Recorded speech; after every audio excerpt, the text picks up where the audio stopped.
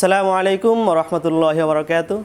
আজকে আমরা শাইখ থেকে যে বিষয়টা জানবো, আমাদের বর্তমান সমাজের অবস্থা খুবই খারাপ, যেটা ডিপ্রেশন বা বর্তমান পরিস্থিতির কারণে আমাদের যুবক সমাজ খুব খারাপ অবস্থায়, যে কারণে তারা সুসাইড করতে বাধ্য হচ্ছে। তা আমরা শাইখের থেকে সংক্ষেপে জানবো কিভাবে এটা থেকে মুক্তি পাওয়া যায়। ওয়ালাইকুম আসসালাম রহমতুল্লাহি ওয়া বারাকাতুহু। খুব গুরুত্বপূর্ণ একটা প্রশ্ন করেছেন। আসলে এই প্রশ্নটা শুধু উনার নয়, বরং এটা আজকে 18 কোটি মানুষদের মধ্যে থেকে সকল বাবা মার একই প্রশ্ন।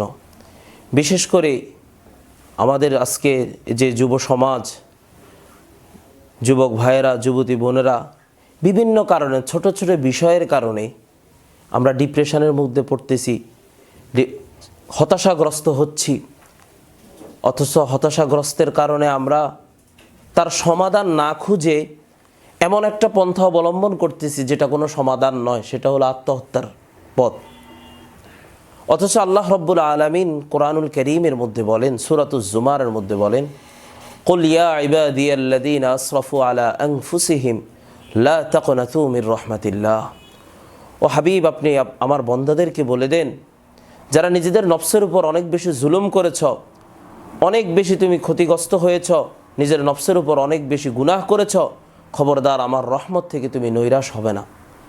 কিন্তু এখন আমরা আল্লাহর রহমত থেকে নৈরাশ হয়ে যাচ্ছি। অনেকে বিভিন্ন কারণে, বিভিন্ন হতাশার কারণে বিভিন্ন পথ অবলম্বন করতেছি। তার মধ্যে একটা সবচাইতে ক্ষতিকারক পথ হলো আত্মহত্যা, সুইসাইড। এর থেকে পরিত্রাণের বিষয়ের ব্যাপারে ওলামাই কেরাম, বিশিষ্ট ইসলামিক চিন্তাবিদগণ কিছু কারণ বলে থাকেন।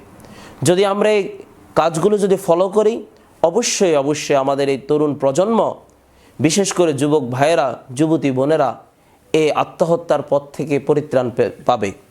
তার মধ্যে একটা কারণ হলো, একটা পথ হলো, যখন আমরা কোনো কাজে হতাশা হয়ে যাব, কোনো গুনাহের কাজ করে ফেললে যখন আমরা হতাশা হয়ে যাই, তখন সর্বপ্রথম আমি ইস্তেগফার পাঠ করব। যখন আমি ইস্তেগফার পাঠ করব, তখন আল্লাহ রব্বুল আলামিন আমার এই গুনাহকে মাফ করে দেবেন। এক নম্বর কাজ ইস্তেগফার পাঠ করা। নাম্বার 2, ওলামায়ে কেরাম বলেন, যখন কোনো মানুষ হতাশাগ্রস্ত হয়ে যাবে, তখন তার কাজ হবে ইস্তেগফারের পর 2 রাকাত নফল নামাজ আদায় করা। আদায় করে আল্লাহর সাথে কথাটা শেয়ার করব, আল্লাহ, আমি অমুক মুসিবতে পড়ে গেছি, আমি তো হতাশ হয়ে গেছি, আপনি আমাকে সাহায্য করেন। নাম্বার 3, আমরা কখনো একা থাকব না। বিশেষ করে দেখা যায় যখন আমরা হতাশাগ্রস্ত হয়ে যাই, আমরা একা থাকি। কেউ আছে বিভিন্ন সম্পর্কের কারণে হতাশাগ্রস্ত হয়ে যায়, স্বামী স্ত্রীর সম্পর্কের কারণে, অথবা অবৈধ প্রেম প্রীতির সম্পর্কের কারণে, অথবা ব্যবসায় লোকসানের সম্পর্কের কারণে আমরা হতাশাগ্রস্ত হয়ে যাই।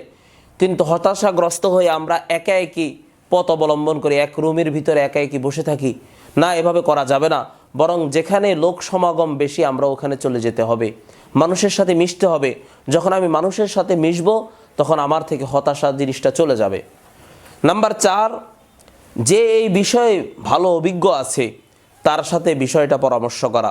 আল্লাহ রাব্বুল আলামিন কোরআনুল কারীমের মধ্যে বলেন, ফাসআলু আহলা যিকরি ইন কুনতুম লা তা'লামুন। তোমরা যা জানো না, যারা জানে তাদের থেকে তোমরা জেনে নাও। অপর জায়গার মধ্যে আল্লাহ রাব্বুল আলামিন বলেন, ওয়া আমরুহুম শুরা বাইনাহুম।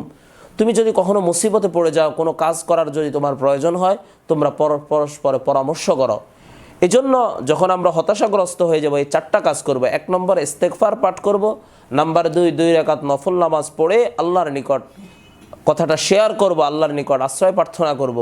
নাম্বার 3, এই বিষয় যারা অভিজ্ঞ তাদের সাথে পরামর্শ করব। নাম্বার 4, কখনো একা থাকবো না, বরং যেখানে মানুষ বেশি, পরিবার পরিজন, মা বাবা, স্ত্রী, সন্তান, তাদের সাথে একটু বেশি সময় কাটাবো। তাহলে ইনশাআল্লাহ আমাদের থেকে এই হতাশা দূর হয়ে যাবে, আর আমাদের তরুণ সমাজে আত্মহত্যার পথ অবলম্বন করবে না। আল্লাহ রাব্বুল আলামিন আমাদেরকে এই কথাগুলোর উপর আমল করে এই আত্মহত্যার এই চরম এক অপরাধ থেকে বেঁচে থাকার তৌফিক দান করুক।